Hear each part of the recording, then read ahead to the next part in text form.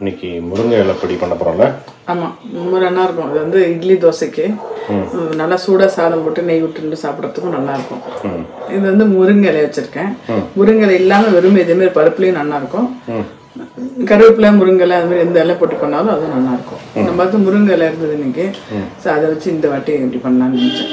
Okay, so என்னென்ன எடுத்து வச்சிருக்கேன்? முருங்கை இலை வந்து ஒரு 2 கப், அதேமா இல்லை இந்த 2 கப் எடுத்திருக்கேன்.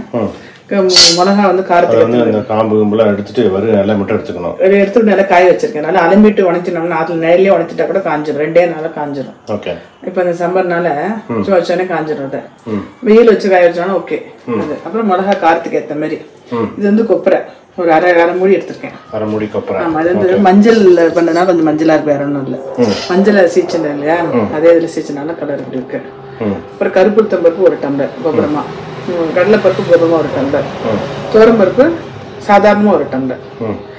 துவரம்பருப்போட கடலைப்பருப்பு உளுத்தம்பருப்பு கொஞ்சம் ஜாஸ்தி, ஒரு கைப்பிடி ஜாஸ்தியாக இருக்கும். அப்புறம் புளி வந்து ஒரு நெல்லிக்காய் அளவுக்கு புளியை பிச்சு வச்சுருக்கேன். உப்பு, பெருங்காயம் ஒரு 4 கட்டி பெருங்காயம், கடுகு கொஞ்சம்.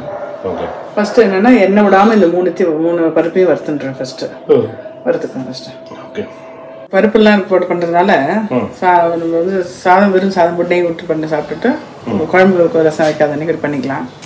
இட்லி தோசை நார்மல் மல்லாப்பி பண்ணுறோம் இல்லையா, இது ஒரு டேஸ்ட்டாக நல்லாயிருக்கும். கடலைப்பருப்பு நல்லா கொஞ்சம் ப்ரௌனாக வறுத்துட்டேன் பாருங்க. அதே மாதிரி இப்போ துவரம் பருப்பு வறுத்துக்கிறேன். நல்லா வாசனை வருது, கொஞ்சம் வெடிக்கிற சத்தமும் கேட்குறது. சரி, எடுத்துக்கிறேன். இப்போ இந்த சூட்லேயே கொஞ்சமாக அது போட்டு இது லேசாக ஒரு பரட்டு ரொம்ப பரட்ட வேண்டாம், ஆல்ரெடி காஞ்சது தான். சும்மா சூட்லேயே கொஞ்சம் ஒரு 2 மினிட்ஸ் போட்டுட்டு எடுத்துடுவேன். கொப்பரையை போட்டுன்ட்டு அதில் கொஞ்சம் எண்ணெய் கொஞ்சம் லேசாக விட்டு தான் வறுக்கணும். அது ஒரே ஒரு ஸ்பூன் எண்ணெய் விட்டு கொஞ்சம் வறுத்துக்கிறேன். அது வறுத்துன்ட்டேன். புளி இருக்கு இல்லையா, அந்த புளியை கொஞ்சோண்டு ரொம்ப எண்ணெய் கொஞ்சம் எண்ணெய் விட்டு அதை வறுத்துக்கிறேன். கொஞ்சோண்டு இந்த பெருங்காய கட்டி ஒரு 4 கட்டி எடுத்துக்கிறேன். அதை பொரிச்சு எடுத்துக்கிறேன். அந்த ஆயிடுச்சு பார்த்தீங்கன்னா, இதை எடுத்து போட்டுட்டு கொஞ்சோண்டு எண்ணெய் பேலன்ஸ் இருக்குல்ல, அதில் வந்து இந்த கடுகு போட்டுருங்க. ஒரே ஒரு ஸ்பூன் கடுகு வச்சுருக்கேன். எண்ணெய் கொஞ்சம் இருக்கும் இல்லையா, அதுலேயே வந்து இந்த மிளகாயும் உப்பையும் போட்டுருவோம். மிளகா இந்த கல் உப்பு போட்டால் கமராது. நல்ல பச்சையாக இருந்துச்சுங்களா, டேஸ்ட்டும் சூப்பராக இருக்கும். சுட சுட சாதம் போட்டு சாப்பிட்டாலும் சரி, இட்லி தோசைக்கு நல்லா இருக்கும். இட்லி தோசைக்கு அப்படியே எண்ணெய் விட்டு சாப்பிட்டுக்கலாம். இது நல்லா காரமாகவும் இருக்கும். காரமாகவும் இருக்கும். தேங்க்யூ. இன்னைக்கு ஆன்மீக தகவலில் என்ன பார்க்க போகிறோம் அப்படின்னா, பெருமாள் கோவிலில் ஒரு 4 முக்கியமான கோவில்களை வந்து 4 விதவித மண்டபங்கள் பேரை வச்சு நம்ம சொல்கிற வழக்கம் உண்டு. அந்த 4 கோவில்களும் 4 மண்டபங்களும் எப்படி ஸ்ரீராமானுஜர் வாழ்க்கையோட சம்பந்தப்பட்டிருக்கு அப்படிங்கிறத பார்க்க போகிறோம். வைஷ்ணவ கோவில்களில் 4 முக்கியமான ஸ்தலங்கள் வந்து, 1 ஸ்ரீரங்கம் கோவில் அப்படின்னு சொல்லுவாங்க, 2வது பெருமாள் கோவில் அப்படின்னு சொல்கிற காஞ்சிபுரம் வரதராஜ பெருமாள் கோவில், 3 திருப்பதி திருமலை, 4வது வந்து திருநாராயணபுரம் அப்படின்னு சொல்கிற மேல்கோட்டையில் இருக்கிற செல்வநாராயண பெருமாள். இதில் முதல் 3 சொன்ன கோவில்களும் 108 திவ்ய தேசங்கள். 4வது வந்து கர்நாடகாவில் இருக்கிற மேல்கோட்டை. ஸ்ரீரங்கத்தை வந்து போக மண்டபம் அப்படின்னு சொல்லுவோம். ஸ்ரீரங்கம் வந்து பெருமாள் எப்படி வைகுந்தத்தில் இருக்காரோ, பரமபதத்தில் இருக்காரோ, அது மாதிரி எல்லா வசதிகளும் ஆடம்பரங்களும் அனுபவிச்சுருப்பார். அதிகாலையில் ஏகாந்த இசை, அதோட ஜம்முன்னு அமர்க்களமாக இருப்பார் இங்கே. அதனால கோவிலை வந்து போக மண்டபம் அப்படின்னு சொல்லுவோம். இந்த போக மண்டபம் ஆடம்பரங்களும் வசதிகளும் பெருமாளுக்கு செய்கிற நைவேத்தியங்களும் பெருமாளுக்கு பண்ற சேவைகளையும் அழகாக செஞ்சு காமிக்கிறதுக்காக, இந்த வழிமுறையை உருவாக்குறதுக்காக காஞ்சிபுரத்திலிருந்து வரதராஜ பெருமாள் ஸ்ரீராமானுஜரை காஞ்சிபுரத்திலிருந்து ஸ்ரீரங்கத்துக்கு அனுப்புகிறார். காஞ்சிபுரம் வரதராஜ பெருமாள் வந்து ராமானுஜர் சின்ன வயசில் அவருடைய குரு யாதவ பிரகாஷ் இருந்து ஆபத்து வந்தபோது அவர் உயிரை காப்பாற்றி அடைக்கலம் கொடுத்து அங்கே தீர்த்த கைங்கரியம் பண்ண வச்சு, ராமானுஜருடைய இன்னொரு குரு ஆச்சாரியர் திருக்கட்சி நம்பி மூலமா சந்தேகங்கள் எல்லாம் தீர்த்து விசிஷ்டாத்வைத் அப்படிங்கிற விதைய ராமானுஜர்கிட்ட நட்டு அதை தோற்றுவித்த ஸ்தலம் இந்த காஞ்சிபுரம். அங்க இருக்கிற பெருமாள், காஞ்சிபுரம் வரதராஜ பெருமாள் ராமானுஜரை ஸ்ரீரங்கத்துக்கு அனுப்புகிறார். ஸ்ரீரங்க பெருமாள் ரங்கநாதனுக்கு சேவை செய்யறதுக்காக. அதனால வரதராஜன் இங்கே வந்து ஸ்ரீ ராமானுஜரை தியாகம் பண்ணிட்டார். ரங்கநாதனுக்கு சேவை செய்யறதுக்காக தியாகம் பண்ணிட்டார். அதனால காஞ்சிபுரத்தை வந்து தியாக மண்டபம் அப்படின்னு சொல்லுவோம். அதே மாதிரி நமக்கெல்லாம் தெரியும், திருப்பதி திருமலையை வந்து புஷ்ப மண்டபம் அப்படின்னு சொல்லுவோம். ராமானுஜர் தன்னுடைய சிஷ்யன் அனந்தாழ்வானை கூப்பிட்டு ஸ்ரீரங்கத்தில் பெருமாளுக்கு நல்ல கைங்கரியம் நடந்துட்டு இருக்கு, அதே மாதிரி திருப்பதியிலையும் நடக்கும், நீ போய் அங்கே புஷ்ப கைங்கரியம் பண்ணிட்டு வா அப்படின்னு அனந்தாழ்வானை நியமித்து அங்கே அனுப்பி புஷ்ப கைங்கரியம் நடக்க வச்சார். அதனால திருமலையை வந்து புஷ்ப மண்டபம் அப்படின்னு சொல்லுவோம்.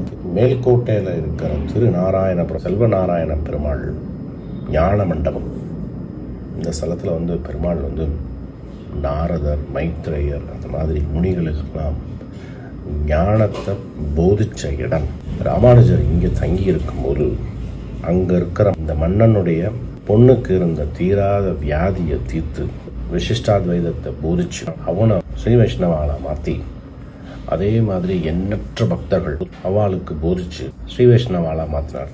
அதனால அந்த ஸ்தலத்தை வந்து ஞான மண்டபம் அப்படின்னு சொல்லுவோம். இந்த 4 முக்கியமான ஸ்தலங்களும் எவ்வளவு அழகாக ராமானுஜருடைய வாழ்க்கையோட சம்மந்தப்பட்டிருக்கு பாருங்க.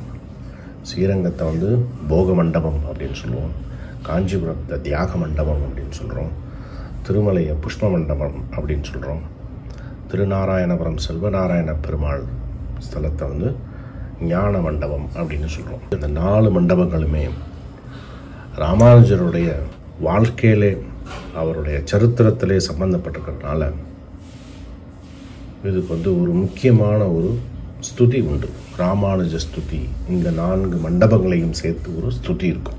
ராமானுஜா ஜெய ராமானுஜா, திருவாதிரையில் உதித்த ராமானுஜா, தியாக மண்டபத்தில் உருவான ராமானுஜா, போக மண்டப கைங்கரிய சாலியே ராமானுஜா, புஷ்ப மண்டப அனுஷ்டான கர்த்தா ராமானுஜா, ஞான மண்டப வைஷ்ணவ ஜோதியே ராமானுஜா, ராமானுஜா ஜெய ராமானுஜா, திருவாதிரையில் உதித்த ராமானுஜா அப்படிங்கிற ஸ்துதியில் தியாக மண்டபத்தில் உருவான ராமானுஜா, ராமானுஜா அப்படிங்கிற ஒரு மிகப்பெரிய அவதாரம் தியாக மண்டபமான காஞ்சிபுரத்தில் தான் உருவாச்சு. அதனால் தியாக மண்டபத்தில் உருவான ராமானுஜா, போக மண்டப கைங்கரிய சாலியே ராமானுஜா. இன்றைக்கி வந்து ஸ்ரீரங்கத்தில் பெருமாளுக்கு நித்தியப்படி கைங்கரியம் அமர்க்களமாக நடக்கிறதுனா அதுக்கு மிக முக்கியமான காரணம் ராமானுஜர். அதனால் போக மண்டப கைங்கரிய சாலியே ராமானுஜா, புஷ்ப மண்டப அனுஷ்டான கர்த்தா ராமானுஜா.